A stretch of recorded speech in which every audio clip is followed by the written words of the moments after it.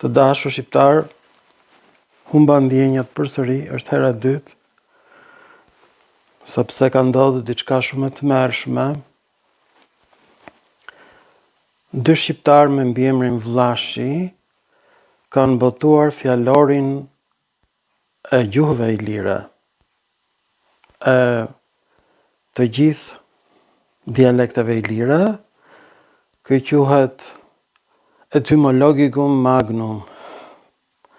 Njëri nga këta shqiptar ka ndruar mbiemrin në Kalo Ergos, do të thotë punë e mirë, dhe pastaj u bë murg.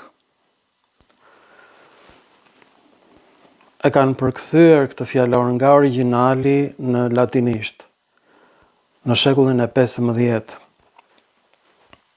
Kjo është një lemeri e vërtet, kjo që ka ndodhur, lemeri. Në këtë fjalor shkruhet që në gjuhën e grekërve të Epirit, do më thënë në himar, fjala njoh është gnosko.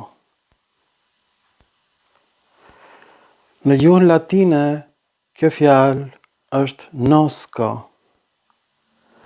Dhe pastaj, në shekullin e 19 dhe pastaj të 20, formohet fjalori gjuhëve indo-europiane dhe zbulohet kjo fjalë në gjuhën e persëve. Kshanasaiti do të thotë për të njohur. Pra kjo fjalë është në 4 gjuhë. 3 prej tyre janë të familjes Kentum, nga mënyra se si shqiptohet fjala Kentum 100.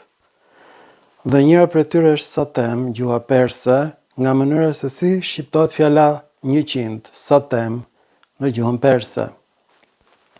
Pra në gjuhë motra, kanë të njëjtën origjinë. Nuk është fjalë me origjinë nga greqishtja. E çka ka ndodhur? Gneja nistore në gjuhën shqipe është bërë një. Po përse do thoni ju? Sepse nuk është zbuluar, por është rindërtuar forma në medio pasiv në greqisht, por nuk është gjetur kurrë. Gignoskome, por shqiptohet i, si njëja e shqipes, dhe përkon me fjalën shqipe njihem. Është një lloj. Dhe ky medio pasiv është vetëm në shqip dhe në greqishtën e vjetër.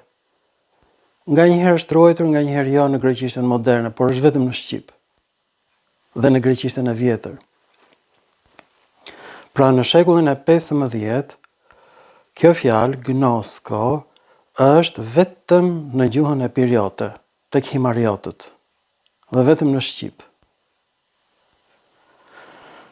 Pra arsyeja pse kjo fjalë është në gjuhën shqipe njihem, është sepse kjo vjen nga ignoskome. I-ja e greqishtes vjen nga g-ja, dhe një-ja e shqipes gjithashtu vjen nga gn-ja.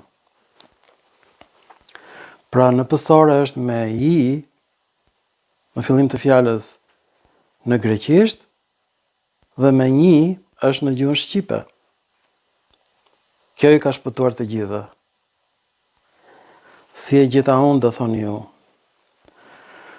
E gjeta unë këtë fjalë në një fjalor spanjoll që është botuar në vitin 1913, dhe s'dinte njeri për këtë gjë fare.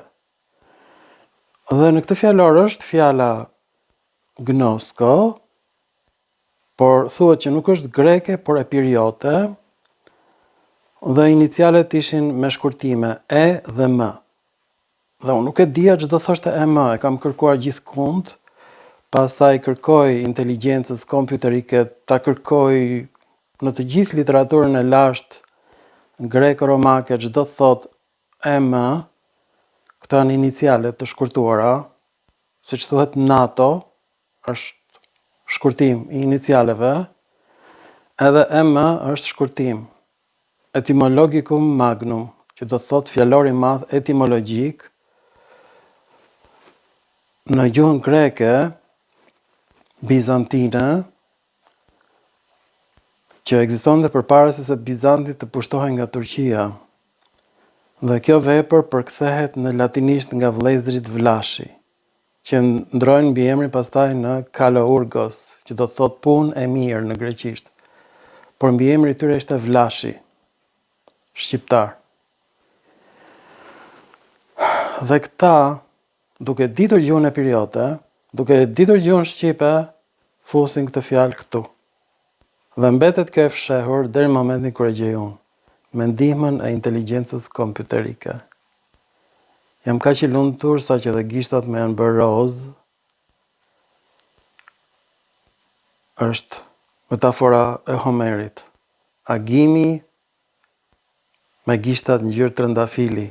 Me janë bërë gishtat ngjyrë trëndafili nga gëzimi të dashur shqiptarët. Më duket vetja si agimi që po sjell dritë tek shqiptarët.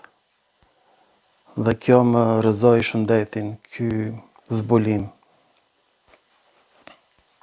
Është i papërsëritshëm. Është në 4 gjuhë. Nuk është huazim nga greqishtja. Këto janë ndryshime fonetike vetëm në shqip, të plota dhe në greqisht, por gjenden edhe në gjuhën e Avestanit, në Iran, edhe në gjuhën latine, në gatishëllin italik.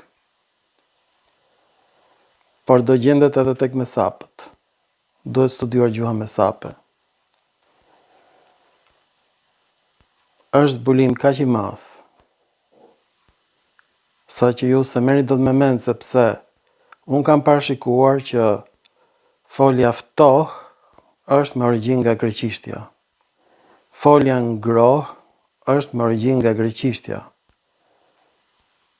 Këtë kam thënë unë në disa nga filma dhe ju kam mbetur hatri shqiptarëve, sepse unë vura re që gjuha shqipe, unë vete vura re, që prapashtesa s'ko në fund të foljes në greqisht i jep ho në gjuhën shqipe të lashtë. Dhe dallohet kjo tek aoristi, ngroha, ftoha. Tani Jokli bën një gabim shumë të madh. Ai e nxjerr fjalën ftoha nga ftoh, që vjen nga një rënjë me kuptimin ngroh në gjuhën indo-europiane, dhe ai mendon që ftof është primare, dhe nga ftof ka ardhur ftoh. Pra Jokli ka gabim. Dhe kjo është prova që këto janë zbulimet e mia origjinale. Tani çfarë po ndodh? Drejtori i Wikipedias, që është shqiptar, i ka marrë këto zbulime dhe i ka botuar në emrin e tij. Mirë ka bërë, le t'i marrë. Por këto zbulime kanë dalë në vitin 2004 në GeoCities, në serverat e shtetit të Kalifornisë, në Shtetet Bashkuara të Amerikës. Janë atje edhe sot e kësaj dite.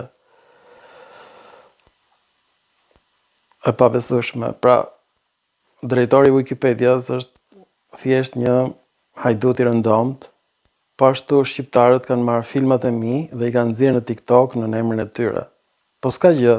Ata më kanë bërë mua një shërbim shumë të madh, sepse në faqen time origjinale këta filma kanë nga 60 shikime, si shikon njëri. Pra duke dashur që mua të më bëjnë dëm, kanë përhapur të gjitha zbulimet e mia, por në emrat e tyre. Nuk ka gjë. Rëndësi ka që përfiton gjuha shqipe.